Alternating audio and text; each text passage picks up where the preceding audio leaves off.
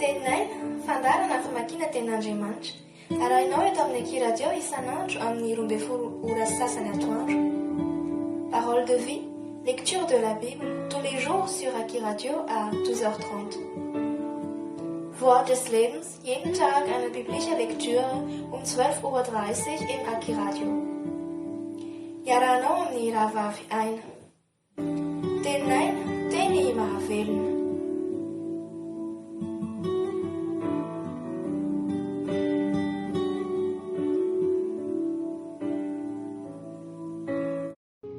Ny filazantsara nosoratan'i Marka toko 2:20. Ny nitsanganan'i Jesosy tamin'ny maty sy ny nisehoany tamin'ny mpianany ary ny nampakarana azy ho any an-danitra. Amin'ny anaran'i Jesosy.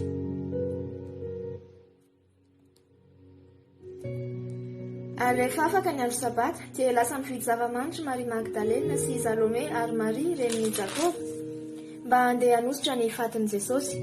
Ary noho ny maraina koa tamin'ny voalohany andro amin'ny herinandro, rehefa niposaka ny masoandro dia nakany amin'ny fasana izy ireo. Ary niresaka hoe iza re no anakodiny vato ho afaka amin'ny varavaram-pasana hisolo antsika? Fa noho ny tranka izy dia indro hita ny fefavokidia ny ala ny vato, fa lehibe dia lehibe ny vato. Ary anitra tao amin'ny fasana izy dia nahita zatovo anankiray mipetraka teo amin'ny ankavanana ny akanjo fotsy dia talanjona izy. Fa hoy ilay zatovo taminy, aza talanjona mitady an Jesosy avy any Nazareta, izay noombona tamin'ny andro fijaliana ianareo, efa nitsangana izy. Tsy ato izy, jereo fa teo no nametrahany azy. Fa mandehana, lazao amin'ny mpianany sy Petera fa melohanareo any Galilea izy, ary any no ahitanareo azy, araka izay nilazainy taminareo. Dia nivoaka izy ka lasa nandositra ny ala tamin'ny fasana, fa tora-kovitra sady talanjona izy, ary tsy mba nilaza na inona tamin'olona izy satria natahotra. Ary rehefa nitsangana tamin'ny marain'ny andro voalohany amin'ny herinandro Jesosy, dia niseho voalohany tamin'ny Maria Magdalena, ilay namoahany demony 7 izy. Ary Maria nandeka nilaza tamin'ireo efa nomban'i Jesosy, izay mbola nisaona sy nitomany. Ary izy ireo na dia nandre aza fa velona izy sady efa hitan-dravehivavy dia mbola tsy nety ny ihany. Ary taorian'izany Jesosy dia niseho tamin'ny endrika hafa tamin'ny roa lahy aminy izay nankany an-tsaha. Ary izy ireo nandeka nilaza tamin'ny namany fa na dia ireo aza tsy ninony koa. Rehefa afaka izany dia niseho tamin'ny 12 Jesosy raha nipetraka ninany ireo. Ary izy nanome tsy ny azy noho ny tsy finoany sy ny amafiny fony satria tsy ninony ireo efa nahita azy rehefa nitsangana izy. Ary hoy izy taminy, mandehana any amin'izao tontolo izao ianareo ka mitoriany filazantsara amin'ny olombelona rehetra. Izay mino tsy atao batisa no vonjena, fa izay tsy mety mino no elohina. Ary izay famantarana izao no anaraka izay mino. Amaoka demonia amin'ny anarako izy, hiteny amin'ny fiteny izay tsy mbola hainy izy, andray mena rana izy, ary na dia misotro zava-mahafaty azy izy dia tsy ampaninina azy izany. Ametra-tanana amin'ny marary izy dia ho sitrany ireny. Ary Jesosy Tompo, rehefa niteny taminy dia nampiakarina ho any an-danitra ka nipetraka teo ankavanan'Andriamanitra. Fa izy ireo kosa dia lasaka nitory teny eny tontolo eny, ary ny Tompo niara niasa taminy ka nanamarina ny teny tamin'ny L'Évangile selon Marc, chapitre 16, Résurrection et Ascension de Jésus-Christ. Au nom de Jésus. Lorsque le sabbat fut passé, Marie de Magdala, Marie, mère de Jacques, et Salomé achetèrent des aromates afin d'aller embaumer Jésus. Le premier jour de la semaine, elles se rendirent au sépulcre de grand matin, quand le soleil venait de se lever. Elles disaient entre elles, « Qui nous roulera la pierre loin de l'entrée du sépulcre ?»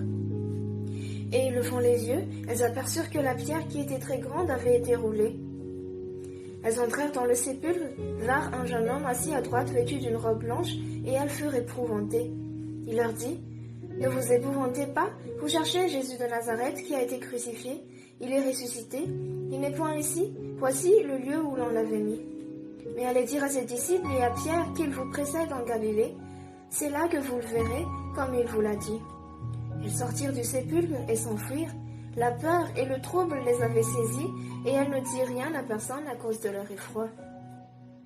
Jésus, étant ressuscité le matin du premier jour de la semaine, apparut d'abord à Marie de Magdala, de laquelle il avait chassé 7 démons. Elle alla emporter la nouvelle à ceux qui avaient été avec lui et qui s'affligeaient et pleuraient. Quand ils entendirent qu'il vivait et qu'elle l'avait vu, ils ne le crurent point. Après cela, il apparut sous une autre forme à 2 d'entre eux qui étaient en chemin pour aller à la campagne. Ils revinrent l'annoncer aux autres qui ne le crurent pas non plus. Enfin, il apparut aux 11 pendant qu'ils étaient à table et il leur reprocha leur incrédulité et la dureté de leur cœur parce qu'ils n'avaient pas cru ceux qui l'avaient vu ressusciter. Puis il leur dit, « Allez par tout le monde et prêchez la bonne nouvelle à toute la création. Celui qui croira et qui sera baptisé sera sauvé, mais celui qui ne croira pas sera condamné. Voici les miracles qui accompagneront ceux qui auront cru. En mon nom, ils chasseront les démons, ils parleront de nouvelles langues, ils saisiront des serpents. S'ils boivent quelques breuvages mortels, il ne leur fera point de mal. Ils imposeront les mains aux malades, et les malades seront guéris. » Le Seigneur, après leur avoir parlé, fut enlevé au ciel, et il s'assit à la droite de Dieu.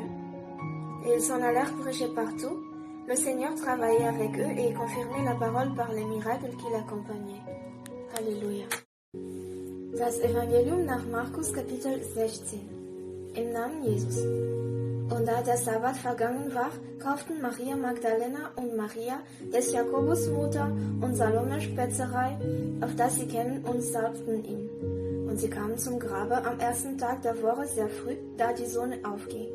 Und sie sprachen untereinander, wer wälzt uns der Stein von des Grabes Tür? Und sie sahen dahin und wurden gewahr, dass der Stein abgewälzt war, denn er war sehr groß. Und sie gingen hinein in das Grab und sahen einen Jüngling zur rechten Hand sitzen, der hatte ein langes weißes Kleid an, und sie entsetzten sich. Er aber sprach zu ihnen, entsetzt euch nicht, ihr sucht Jesus von Nazareth, den Gekreuzigten, er ist nicht hier. Siehe da die Stätte, da sie ihn hingelegten. Geht aber hin und sagt es seinen Jüngern und Petrus, dass er vor euch hingehen wird nach Galiläa, da werdet ihr ihn sehen, wie er gesagt hat. Und sie gingen schnell heraus und flohen von dem Grabe, denn es war sie Zittern und Entsetzen angekommen. Und sie sagten niemand etwas, denn sie fürchteten sich. Jesus aber, da er auferstanden war, früh am ersten Tag der Woche, erschien er am ersten der Maria Magdalena, von welcher er 7 Teufel ausgetrieben hatte. Und sie ging hin und verkündigte es denen, die mit ihm gewesen waren, die da Leid trugen und weinten. Und diese, da sie es hörten, dass er lebte und wäre ihr erschienen, glaubten sie nicht. Danach, da 2 aus ihnen wandelten, offenbarte er sich unter einer anderen Gestalt, da sie aufs Feld gingen. Und die gingen auch hin und verkündigten das den anderen, denn glaubten sie auch nicht. Zuletzt, da die 11 zu Tische saßen, offenbarte er sich und schalt ihren Unglauben und ihres Herzens Härtigkeit, da sie nicht geglaubt hatten, denen, die ihn gesehen hatten, auferstanden. Und er sprach zu ihnen, geht hin in alle Welt und prediget das Evangelium aller Kreatur. Wer da glaubet und getauft wird, der wird selig werden. Wer aber nicht glaubt, der wird verdammt werden. Die Zeichen aber, die da folgen werden, denen, die da glauben, sind die, in meinem Namen werden sie Teufel austreiben, mit neuen Zungen reden, Schlangen vertreiben, und so sie etwas Tödliches trinken, wird es ihnen nicht schaden.